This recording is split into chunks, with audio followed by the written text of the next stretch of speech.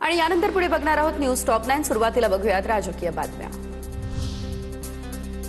शिवसेना पक्ष आणि चिन्ह प्रकरणी आज आमदार अपात्रता प्रकरणावरही सुनावणी होणार। मागच्या आठवड्यामध्ये सलग 3 दिवस युक्तिवाद देखील पार पडला। त्यानंतर आज पुन्हा एकदा ठाकरेंचे वकील कपिल सिब्बल हे युक्तिवाद करतील। आज दुपारी 2 वाजता सरन्यायाधीश सूर्यकांत यांच्या पीठासमोर सुनावणी पार पडेल। माझ्यावर महाराष्ट्राची जबाबदारी, मी इथेच राहणार। दिल्लीमध्ये पंतप्रधानांच्या भेटीनंतर मुख्यमंत्री फडणवीस यांचा हा पुनरुच्चार। रिकामटेकड्या लोकांना माझ्याविषयी चर्चा करायला आवडतात, फडणवीसांची टीका। 21 ऑगस्टला केंद्रीय मंत्रिमंडळाचा विस्तार होण्याची शक्यता, अशी सूत्रांची माहिती। मंत्रिमंडळ विस्ताराकडे आता संपूर्ण देशाचं लागलंय लक्ष। मराठा आंदोलक असलेले मनोज जरांगे यांच्याकडून मुंबई जाम करण्याचा इशारा। 58 लाख नोंदींचे प्रमाणपत्र मला पाहिजे, वेळ आली तर सरकार पाडू, जरांगेंचा इशारा। ओबीसी समाज वेट अँड वॉचच्या भूमिकेमध्ये मराठ्यांना सरसकट प्रमाणपत्र दिल्यास आम्ही रस्त्यावर उतरू, ओबीसी महासंघाचे अध्यक्ष बबनराव तायवाडे यांचा हा इशारा। ओबीसी नेते नवनाथ वाघमारे यांच्या विरोधात सोलापूरमध्ये आज मराठा समाजाचं आंदोलन। मराठा तरुणींबाबत वादग्रस्त विधान केलं, त्यामुळे आक्रमक। तक्रारीनंतर अद्याप गुन्हा दाखल न झाल्यानं मराठा समाजाचं आंदोलन। राज्यात विविध ठिकाणी गुन्हे दाखल असताना नवनाथ वाघमारे पोलीस संरक्षणात फिरतायत। मराठा आंदोलक गंगाधर काळकुटे यांचं हे वक्तव्य। वाघमारेंना राज्यामध्ये दंगली घडवायची आहेत का, काळकुटेंचं हे विधान। राज्यातल्या प्रलंबित 20 जिल्हा परिषद आणि 211 पंचायत समित्यांच्या निवडणुकीसंदर्भात आज सुप्रीम कोर्टात सुनावणी। राज्य निवडणूक आयोगानं निवडणुका घेण्यासंदर्भात माहिती सादर करण्यासाठी वेळ मागितलेला। जातनिहाय जनगणनेमधून ओबीसी प्रवर्ग वगळणं हे मोदी सरकारचं मोठं कारस्थान। काँग्रेसचा केंद्र सरकारवरती हा गंभीर आरोप। जनगणनेच्या प्रश्नावलीमध्ये ओबीसींसाठी स्वतंत्र रकाना न ठेवल्यानं सामाजिक न्यायाच्या तत्वांना हरताळ फासला जात असल्याचं विधान। आणि यानंतर पुढे बघूया टॉप 9 मोठ्या बातम्या।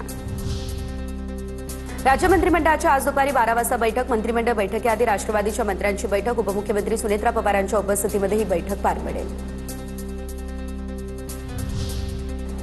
धाराशिवमध्ये आता सरनाईकांच्या रिसॉर्टसाठी गोरगरिबांच्या दुकानांवरती कारवाईचा आदेश। काँग्रेसचे प्रदेश अध्यक्ष हर्षवर्धन सपकाळ यांचा हा गंभीर आरोप। धाराशिवमध्ये पालकमंत्री सरनाईकांनी 20 एकर जागा घेतली। तामलवाडी टोलनाक्याजवळ रिसॉर्टसाठी हॉटेल, टपल्या आणि दुकानांवरती कारवाई, सपकाळांचा हा आरोप।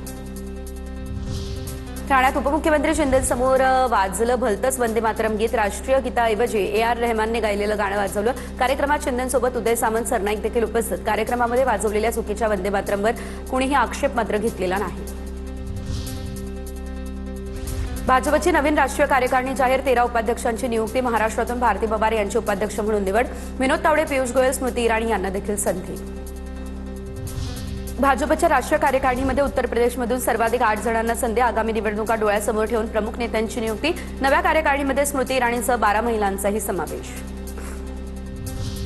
झारखंड कर्मचारी निवड आयोगाची परीक्षा रद्द। मुख्यमंत्री हेमंत सोरेन यांची घोषणा। झारखंडमधील विद्यार्थी आंदोलनाला यश। 2014 पासूनच्या सर्व परीक्षांचे CID चौकशीचा आदेश।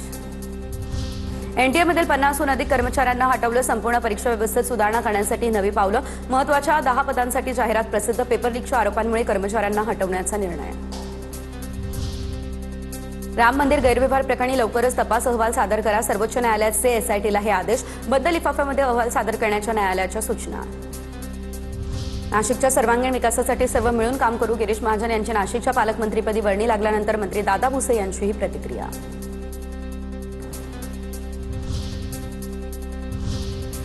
आणि यानंतर पुढे बघूयात महत्त्वाच्या बातम्या।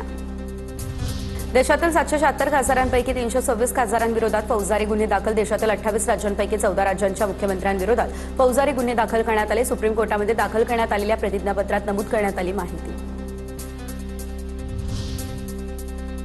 अमराठी रिक्षा टॅक्सी चालकांवरती आजपासून कारवाई। आधी 1 महिन्याची नोटीस देणार, त्यानंतर देखील मराठी न आल्यास 3 महिन्यांसाठी परवाना रद्द।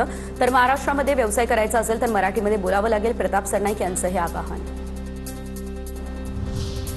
मुंबईमधले बेस्ट कर्मचारी देखील आजपासून बेमुदत संपावरती। प्रलंबित मागण्यांवरून संपाचे हाक। मुंबई पालिकेच्या अर्थसंकल्पात बेस्ट उपक्रमासाठी आर्थिक तरतूद करण्याची देखील मागणी। तुकाराम मुंडे यांच्या FTAला मुंबई हायकोर्टाकडून 5 लाखांचा दंड। आता कारवाईचा अतिरेक होतोय, कोर्टानं सुनावलं। पुण्याच्या दुकानावरील कारवाईवरून हायकोर्टाकडून FTAची कान उघडली।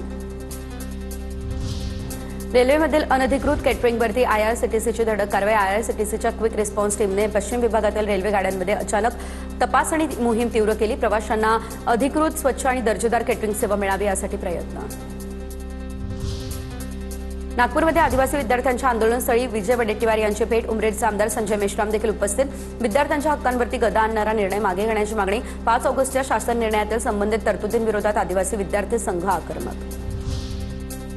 ऋषिकेशमधील बिन नदीमध्ये वाहन पलटी होऊन 2 जण वाहनामध्ये अडकले. एसडीआरएफने घटनास्थळी धाव घेत बचाव कार्य सुरू केलं. एसडीआरएफच्या अथक प्रयत्नांनी वाहनातील दोघांना देखील सुखरूप बाहेर काढण्यात यश.